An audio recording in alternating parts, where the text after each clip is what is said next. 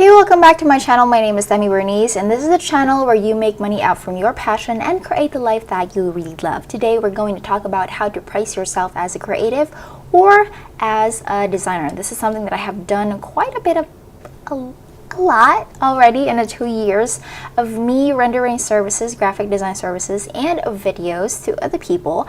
And I would like to share to you the things that I have considered, or are the factors that I have considered in raising my price every time. So let's not take it any longer. Let's start with the first one, which is identifying your level of skill. So to identify your level of skill, you have to pick 10. I want you to pick 10 pictures on Pinterest if you're a designer, if you are a creative.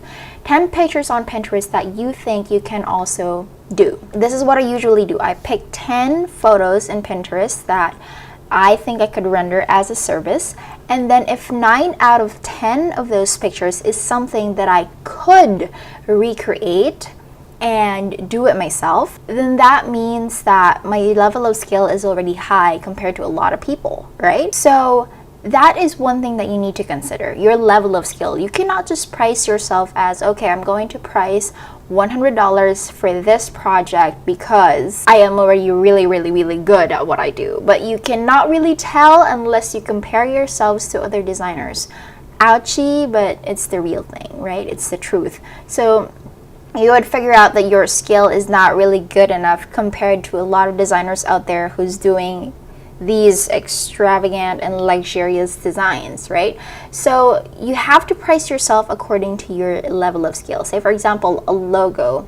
Would you price yourself $1,000 if you can only make logos that are basic, ones with the squares and the circles and the triangles with the text on it?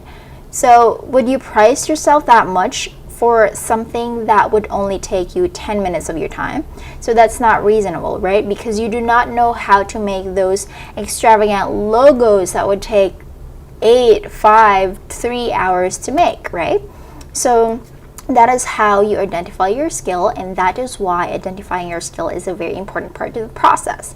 The second one is your experience. So what am I talking about is the experience where you have rendered your service to other people.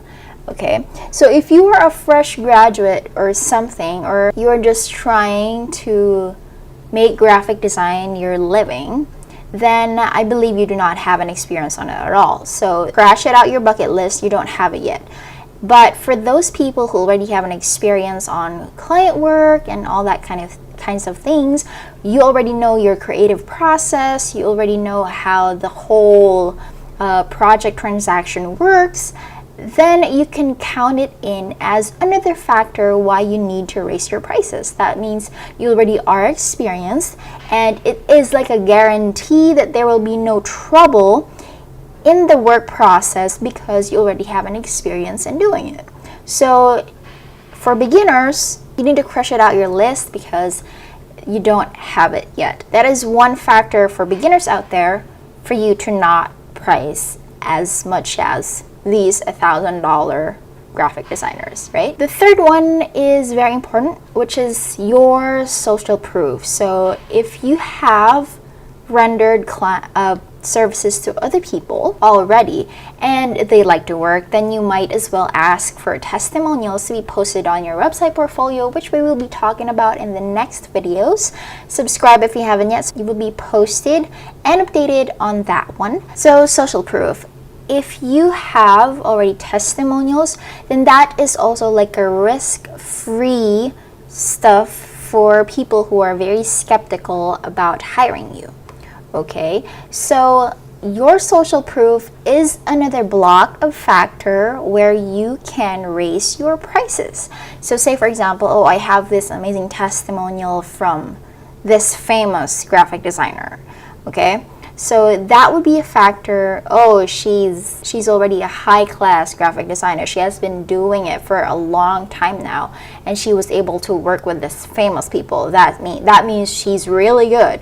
So your social proof is another account why you can raise your prices. So if you do not have those yet, I suggest that you render free work to at least 5 to 10 people, and then in exchange for testimonials. And then you put it in your website portfolio, and then voila, you have social proof. But you know, these other people, or you need these designers who have already worked for McDonald's and Starbucks and those really big companies, they get bigger paychecks just because they've already worked with those people. And that is a real big check on how you could attain a higher price for your design services or for your creative services, right? The last one is per project and per client rates. Now, this is something that not a lot of people would do, and I am actually telling you this one today. This is like a bonus tip. So I actually have 2 different prices. I have one for per project and I have one per client. Let's go to per project rates first. Per project rates, I offer quite a bit of services, and it depends. Say for example, you want a 1-minute video, then this is the price. If you want a logo, then this is the price. If you want a website, this is the price. So that is per project clients. Now, I only offer per project rates for people who are one-time clients. Something that I am very sure that they will not go back. Okay, so not because I'm going to offer them awful services, but say for example, they just need this logo for now, and then they will come back again next year for something else. It's not like a very recurring task. So that's how you identify your per project rates.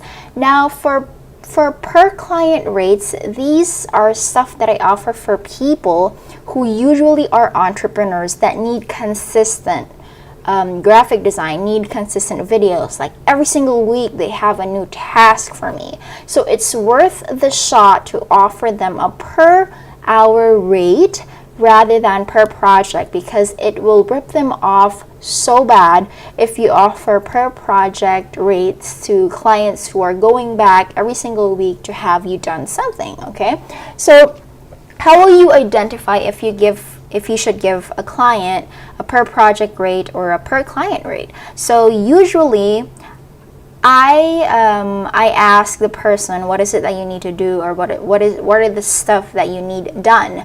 And if the person mentions that, oh, this is something that's recurring, and this is something that I need to do every single week, I need to post on my Instagram every single week, and I need a consistent graphics or videos for my Instagram. So that's like, okay, you'll get a per client rate. But for example, you're only working with an author who publishes 1 book per year. Okay, so you can offer that author a per project rate, because that doesn't mean that that author is going to go back every single week, right? So if the work is as recurring as per week, might as well give them the per client rate. Now, what's the difference between per project and per client rates? So the per client rates usually doesn't go beyond $100 per hour. I think that's a rip off. Okay, so $100 per hour is, I think, too expensive unless you are like Philip Van Housen or like the really great graphic designers of our time, right? So that's, even Philip Van Housen offers per project clients for everyone, no excuse. I think the per client rates are only the rates that you want to give to people who thinks need more of your help than anyone. Okay, so say for example, that person, usually it's the entrepreneurs that need consistent graphics, consistent design, videos, and all those kinds of things.